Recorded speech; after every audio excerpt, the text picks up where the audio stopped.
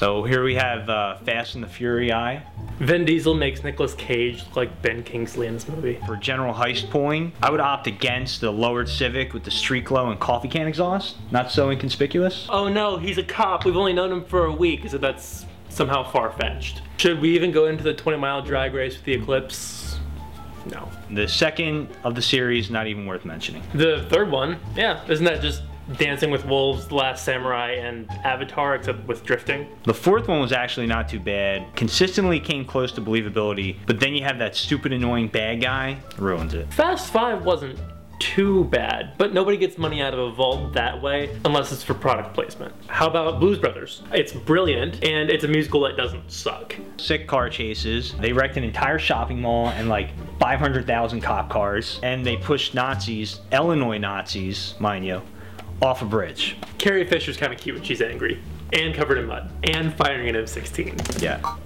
Mad Max. Mad Max seems a little tame compared to his recent audio tapes, don't you think?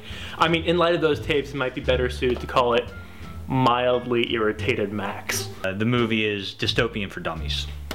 Gone in 60 Seconds, wall-to-wall garbage. I mean, who believes the snarky cop guy? I mean, he's the human Garfield. Are you okay? Because you just went through a wall. Definitely would have been better delivered by Garfield. Probably would have been capped off with a clever lasagna joke. He jumps up a flatbed truck over a football field-sized traffic jam. Highly unbelievable, just like the rest of the movie. It is the worst scene since the Fonz jumped the shark.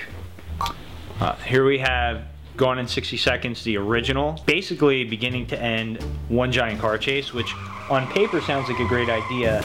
In reality, not so much. First of all, they used the wrong year of Mustang because the early 70s Mustang looks like a clown shoe on wheels. You actually wish they would just do some more character development. Unless you count the degradation of the Mustang, in which case it goes from to shittier. Not a Mustang fan, are you? Christine, the car that kills people, which sounds like a groundbreaking premise, and then you drive on the 405. We're living in a world of unintended acceleration. This is nothing. It started off kind of creepy and intriguing, but at the end it just got really campy. It's like they didn't know how to end it. It's like he's going along, you know, and he's got like a good compelling story, and then all of a sudden he realizes it's the 30th and his rent's due, and he's like, ah! I gotta button this thing up. Mail it in. Ronan, Bobby De Niro. You honking at me? Karen from Californication's in that movie. She drives a lot better than De Niro. Closer to Meet the Fockers than it is to Raging Bull, not De Niro's finest hour. De Niro's face while driving is hilarious. I would have really liked to have Joe Pesci as the backseat driver. I'm imagining a GPS with Joe Pesci just being like, turn right, come on! Didn't that movie have an Audi with Nos? It's weird, a car with Nos and Paul Walker wasn't driving. Uh-oh. Bullet. Whoa, whoa, whoa, stop the clock.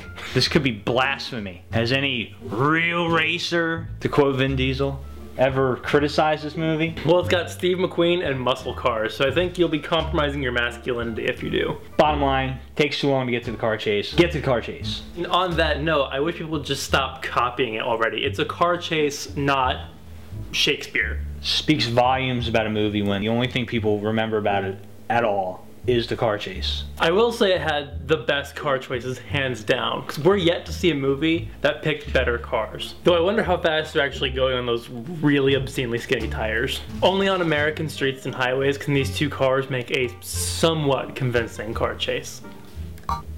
Whoa, American Graffiti. Didn't know George Lucas was a car guy. We didn't have to worry about the hyperdrive not working, making it impossible to make the jump to light speed. Nerd, nerd, nerd. Harrison Ford flips his 55 Chevy in a drag race. Enough said. He's lost without Chewbacca. They should have just thrown Chewie in there. Don't race that guy in the black 55 Chevy. He's got a friggin' Sasquatch in the passenger seat. New strategy, let the Wookiee win. I don't know if these are supposed to be real teenagers or a focus group.